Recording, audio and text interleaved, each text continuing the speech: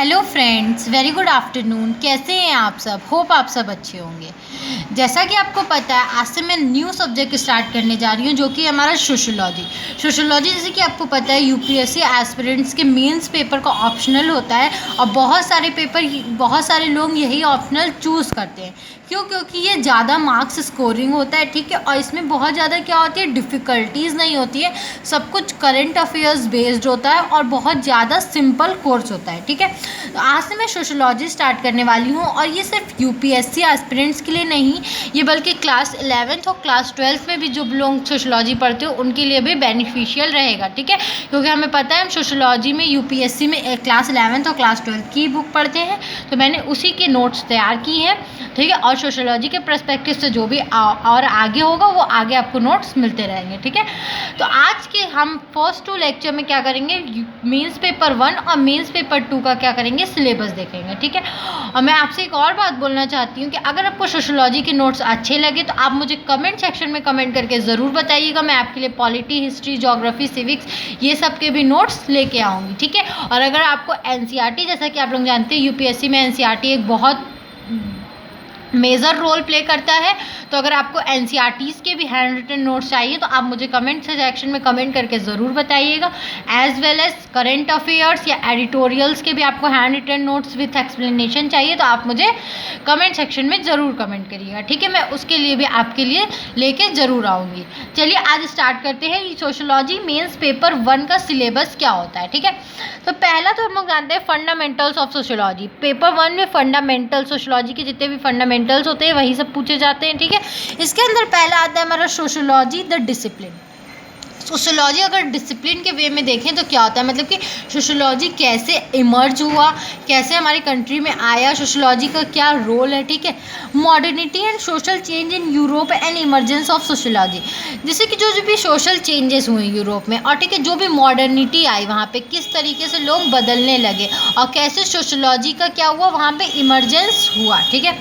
Scope of the subject in comparison with other social sciences, इस subject का, sociology का scope कहाँ तक है, कितना ब्रॉड है और हम इसको दूसरे साइंस या सोशल से कैसे कंपैरिजन कर सकते हैं, ठीक है। सोशोलॉजी एंड कॉमन सेंस, मतलब सोशोलॉजी और कॉमन सेंस में क्या करना है, एक दूसरे को कंपेयर करना कि अगर हम कोई भी चीज़ें नेचुरली समझ रहे हैं तो वो कॉमन सेंस अपना लगा रहे हैं किसी चीज़ में तो उसका क्या रोल होता है, और अगर कोई चीज़ एज अ सोशोलॉजी पढ़ रहे हैं, स्टडी कर रहे हैं तो उसका क्या रोल होता है, ठीक है। फिर है सोशोलॉजी है science scientific method and critic, इसके साइंस क्या बोलता है, इसका साइंटिफिक मेथड क्या बोलता है, इसमें क्रिटिक्स क्या क्या होते हैं। Major theoretical stands of research and methodology, ठीक है, मतलब कि ये किस चीज़ पे इसका रिसर्च होता है, ये कितनी थ्योरीज पे बेस्ड है, स्टैंड है, ठीक है। पॉजिटिव्म होगा, ठीक है, यहाँ पे फ्रेंड,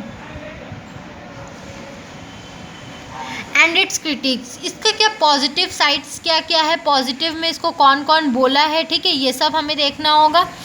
और फैक्ट, वैल्यू एंड ऑब्जेक्टिव, जैसे कि हम लोग जानते हैं फैक्ट और वैल्यू में एक बहुत बड़ा वो होता है, डिफरेंस होता है, तो यही बताया है कि फैक्ट ऑब्जेक्टिव है या वैल्यू ऑब्जेक्टिव है या ये दोनों सब्जेक्टिव है, इसमें से कोई एक सब्जेक्टिव है, ऑब्जेक्टिव है, ऐसा कुछ, ठीक है।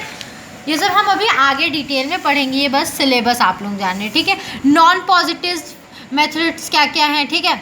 Research method and analysis, quality, किसके मेथड्स क्या क्या है रिसर्च करने के और उसको एनालाइज कैसे किया जाता है। पहले हमारा क्वालिटेटिव एंड क्वांटिटेटिव मेथड, उसके क्वालिटी को हम कैसे चेक करेंगे, क्वांटिटी मेथड, दोनों अलग अलग मेथड्स होते हैं, वो मेथड्स के बारे में हम पढ़ेंगे, ठीक है। टेक्निक्स ऑफ डाटा कलेक्शन, कोई भी डाटा को कलेक्ट करने के लिए हम कौन से टेक्निक्स यूज़ कर रहे हैं, ठीक है। Variable, sampling, hypothesis, reliability and validity, उसके क्या क्या वेरिएबल्स हैं, उसके सैम्पल्स हम किस अकॉर्डिंग ले रहे हैं। हाइपोथेसिस मतलब कि कोई चीज़ अपने मतलब वेरीफिएबल अभी वो नहीं है, मतलब कि हम अपने हिसाब से उसको ले लिए, रिलायबल है या नहीं है, और उसकी वैलिडिटी कब से कब तक की है।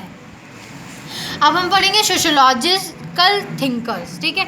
तो पहला हमें पता है कार्ल मार्क्स है, एमाइल डर्किम है और हमारे मैक्स वेबर है, ठीक है। इन सब के बारे में क्या क्या बोला गया है थोड़ा सा देख लेते हैं। कार्ल मार्क्स, जैसे कि हम लोग पता है ये क्या है, इकोनॉमिक्स, पॉलिटिकल सोशोलॉजिकल है।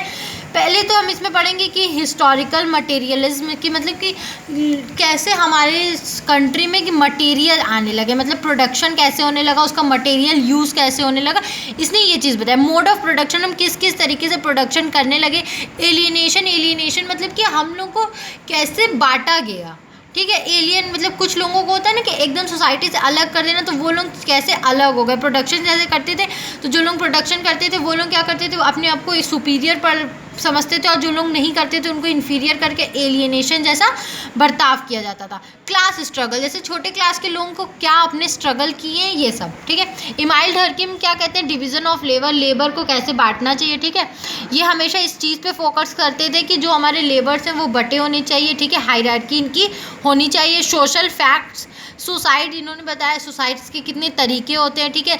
ऐसे कि हम लोग बोलते हैं हमेशा कि सुसाइड एक इंडिविजुअल फैक्टर होता है, लेकिन इन्होंने बोला था नहीं, सुसाइड इंडिविजुअल फैक्टर्स नहीं होता है, इसमें बहुत सारे लोग पीछे शामिल होते हैं, ठीक है। ये बस दिखने में इंडिविजुअल फैक्टर होता है, लेकिन रियलिटी में ये इंडिविजुअल फैक्टर्स नहीं होता है। रिलीजन के बारे में बताया है और सोसाइटी के बारे में बताया है। क्लासिकल थिंकर्स, ये क्लासिकल थिंकर थे, one of the founder of French revolution, ठीक है। ये फ्रेंच रिवॉल्यूशन के भी एक फाउंडर के रूप में जाने जाते हैं। फिर मैक्स वेबर क्या है, social action, ideal types, authority, bureaucracy, Protestants, ethic and spirit of capitalism, इन्होंने ये सब के बारे में बताया, ठीक है। कि ऑथोरिटी किसको कितनी देनी चाहिए, ब्यूरोक्रेसी कैसे होनी चाहिए, एथिक्स का कैसे यूज़ होना चाहिए, कैपिटलिस्ट सोसाइटी कैसे होनी चाहिए, ठीक है। फिर टालकोट पर्सन में हम पढ़ेंगे सोशल सिस्टम और पैटर्न वेरिएबल्स के बारे में। रॉबर्ट के मर्टन के बारे में हम Latin and manifest function, Latin and manifest function मतलब कि अगर हम लोग किसी के बारे में सोचते हैं कि नहीं इसका यही एक फंक्शन है, नहीं ऐसा नहीं होता, उसके पीछे लैटिन मतलब उसके छुपे हुए भी बहुत फंक्शन होते हैं, और मैनिफेस्ट मतलब उसके और भी बहुत सारे फंक्शंस होते हैं। कन्फर्मिटी एंड डेविएंस मतलब हम कितना कन्फर्म करके वेरिएबल सैम्पल कर रहे हैं, उसके डेविएंस कितने कितने हैं। रेफरेंस ग्रुप, हम हमेशा किस टाइप के ग्रुप को रिफ़र करते हैं, ठीक है। मेड में हम पढ़ेंगे सेल्फ एंड आइडेंटिटी। फिर स्ट्रैटिफिकेशन एंड मोबिलिटी जो कि बहुत इंपॉर्टेंट पार्ट है हमारे सोशोलॉजी का, ठीक है। तो इसमें है कॉन्सेप्ट्स, स्ट्रैटिफिकेशन एंड मोबिलिटी पढ़ेंगे जो कि हमारी बहुत इंपॉर्टेंट पार्ट है सोशोलॉजी का। कॉन्सेप्ट, इसमें इक्वालिटी, इनइक्वालिटी क्या हमें, हमारे पास इक्वालिटी कितनी थी, इनइक्वालिटी कितनी थी, हायरार्की थी कि एक्सक्लूजन था, मतलब हर चीज़ की हायरार्की बटी हुई थी। एक्सक्लूसिव, हमको सोसाइटी से कितना एक्सक्लूड कर दिया गया था। पॉवर्टी कितनी थी, डेप्रीविएशन कितना था, ठीक है। Theories of social stratification, structural functionalist theory है, मार्निस थ्योरी है, वेबिनियन थ्योरी है जिसमें कि उन्होंने बोला था वेल्थ, प्रेस्टीज और पावर कितना रोल प्ले करता है किसी सोसाइटी में, ठीक है। डायमेंशंस है, social stratification of class, status, group, gender, ethnicity and race, मतलब कि हर चीज़ का बंटवारा हो गया था। क्लास के बेसिस पे भी हो गया था, स्टेटस के बेसिस पे भी हो गया था, ग्रुप के बेसिस पे भी हो गया था, जेंडर के बेसिस में जैसे मेल फीमेल में हो गया था, एथनिसिटी कलर के बेसिस पे हो गया था, ठीक है। रेस मतलब कि जान रहे कौन कितना आगे जा रहा है, ठीक है। Social mobility, open and close system मतलब कितना हमारा सिस्टम ओपन है, कितना हम अपने आप को क्या करते हैं, जैसे कि अगर हम लो क्लास से बिलोंग करते हैं तो हमारा सिस्टम क्या इतना ओपन है कि हम अगर हम कुछ पैसे कमा लें तो हम उनके बराबरी कर सकते हैं, या सिस्टम क्लोज है कि हम जितने ही पैसे कमा लें हम बड़े लोगों की क्या कर सकते हैं, उनके बराबरी में नहीं आ सकते। टाइप्स ऑफ मोबिलिटी, कितने तरीके की मोबिलिटी है। Sources and causes of mobility, क्यों होता है मोबिलिटी और उसके कॉज क्या हैं, ठीक है। नेक्स्ट है हमारा works and economic life, social organisation of work in different types of society, slave, feudal, industrial, capitalist, ये सब तरीके के वर्क कैसे कैसे इमर्ज हुए, कैसे कैसे बढ़ने लगे, ठीक है। Formal and informal organisation of work, formal informal में किस तरीके के लोग, मैन वुमेन कहाँ पाए जाते हैं और ये दोनों वर्क कैसे होते हैं, ठीक है। लेबर एंड सोसाइटी, सोसाइटी कैसी है और वहाँ के लेबर्स कैसे काम करते हैं, उनको कैसे ट्रीट किया जाता है। Politics of society, sociological theories of power, इसमें power elite, bureaucracy, pressure groups and political parties, ये सब क्या करते हैं, कहाँ कहाँ कैसा रोल प्ले करते हैं, ठीक है। जैसे कि ब्यूरोक्रेसी के बारे में मैक्स वेबर ने बताया, पावर एलीट के बारे में सीवी मिल्स ने बताया, ये सब हम आगे अपने पढ़ेंगे, ठीक है, जब हम इसको इलेबोरेट करेंगे। इसमें ये बताया nation state, citizenship, democracy, civil society, ideology कैसी थी हमारे सोसाइटी की, ठीक है।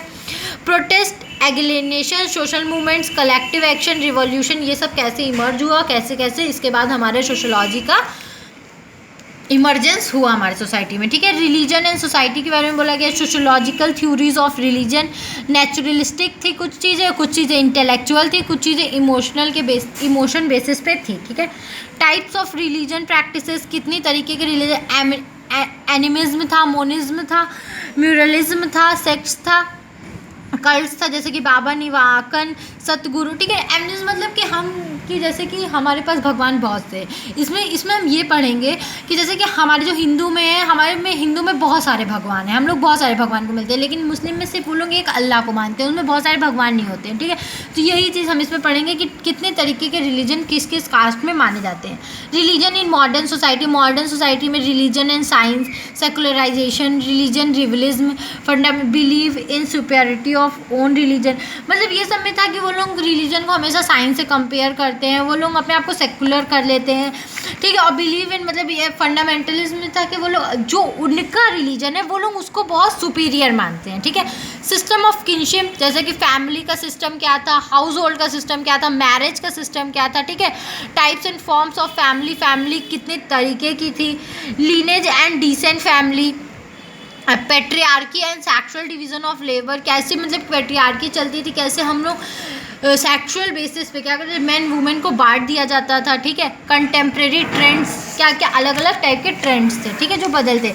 लास्ट है हमारा social changes in modern society में सोशल चेंज कैसे आया, क्या क्या आया, sociological theories of social change, ठीक है। डेवलपमेंट एंड डिपेंडेंसी, बहुत चीज़ डेवलप्ड हुई, लोग डिपेंडेंट होने लगे, एजेंट्स ऑफ सोशल चेंज, ठीक है। Education and social change, science, technology and social change, ये सब चीज़ें हमें मॉडर्न सोसाइटी में आई है, जिसको हम लोग ब्रीफ में अब अपने वीडियोस में पढ़ेंगे। अब हम अपना नेक्स्ट वीडियो मेंस पेपर 2 का सिलेबस क्या है वो कंप्लीट करेंगे।